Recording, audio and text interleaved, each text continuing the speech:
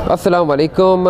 इस वक्त हमारे साथ एक बड़ी लेजेंडरी शख्सियत मौजूद है, the legendary umpire, the 5 times ICC Umpire of the Year winner from Australia, who covered 74, who officiated in 74 test matches, 174 one-day international matches and 34 T20 internationals, the brilliant legend umpire Saimon Taufel. Hello Simon, how are you? Oh, shukriya. It's nice to be with you, and thank you for this opportunity.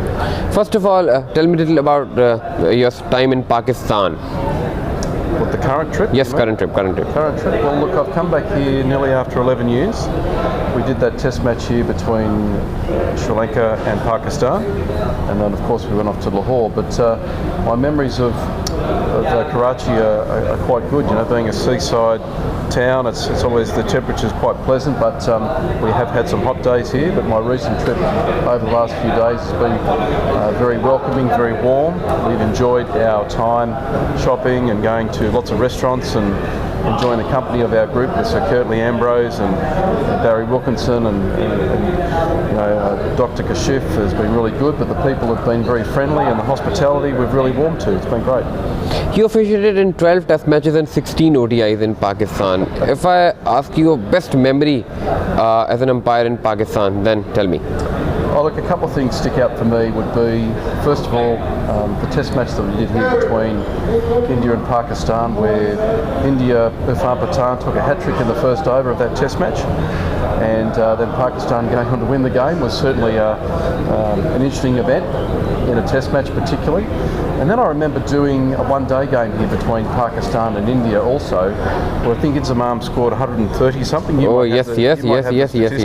Pakistan lost last ball by 5 runs. Did they? Yes. Well, I don't remember the result, but I remember Inzi batting very well, and I also remember that I had to give Inzi out caught behind off a spinner with the keeper standing up, where it was very difficult to hear the outside edge, and it was more a decision based on gut feel than being able to hear and see it. But I remember walking off the ground and then going back and checking the decision to find out that it was a very straightforward decision, but at the time for me it wasn't, so I was very grateful to get the decision right. But those sort of things stick out to me in those couple of games.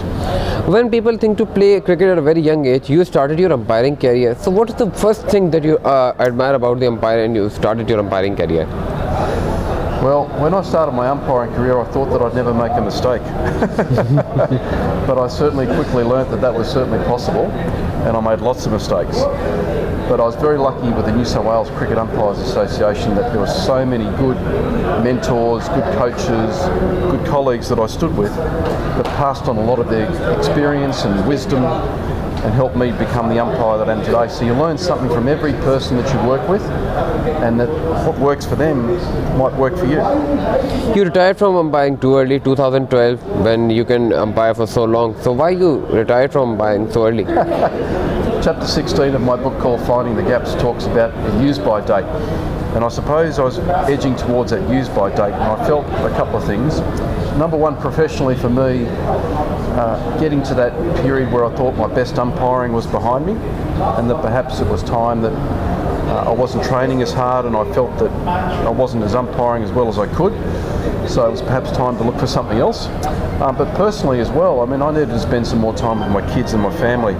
I've been umpiring for 23 years, internationally for around 13, 6 to 7 months on the road every year.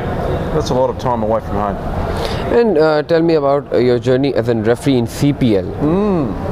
Well, certainly interesting experience being able to look at the game from a different lens, being able to not only manage the players, manage the teams from an off-field perspective, and of course when you have to go up to a guy like Kyron Pollard or Carlos Brathwaite, they never want to see that piece of paperwork that's got a report on there from the umpire, so that's a very interesting experience. But I really enjoyed being able to support the umpiring team, to add some value to the tournament, some experience and some wisdom around what officiating looks like and how do we keep the focus on the cricket, because nobody wants to see the umpires, referees be the centre of attention. But I really enjoyed the 6 weeks in the Caribbean. It's always a great place to play cricket. You spent a lot of time in Pakistan in 5 to 6 different cities, officiated in a lot of matches in Pakistan. So if I talk about Pakistani culture, which thing you like about Pakistani culture, or food or things like that that you still remember in your memories? Well, I think what stands out for me is the warmth and the hospitality of the people. You know, it's amazing what cricket does in this part of the world. It opens a lot of doors.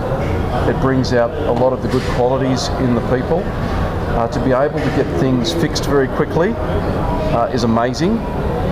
Very rarely does someone around us say no.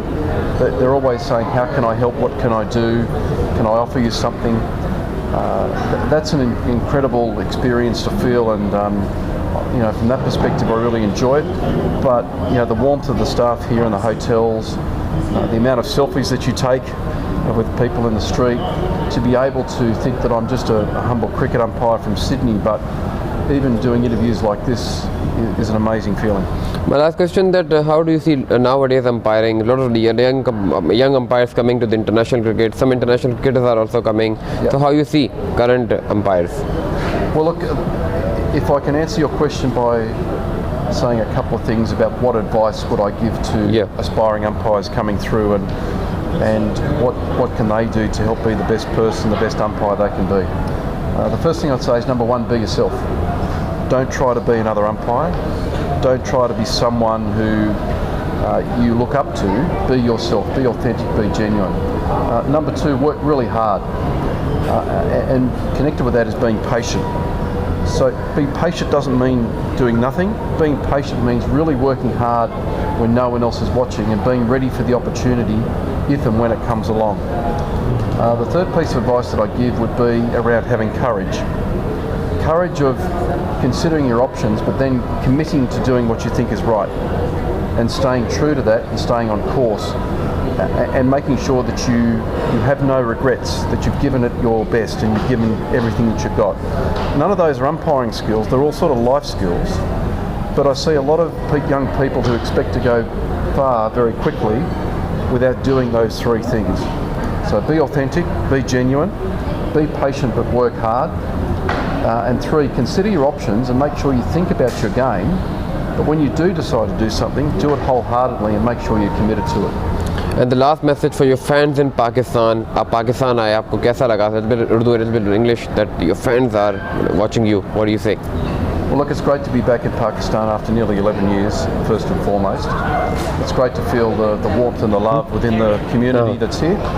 And I would really like Pakistan cricket to grow, to develop, and I would encourage people to either support the players, support your team, or become an umpire and a referee and enjoy what you do. बहुत शुक्रिया. बहुत शुक्रिया. बहुत शुक्रिया. Good Hafiz. Good Hafiz. So there is Simon Taufel for you, and now it's from my side also. Allah Hafiz.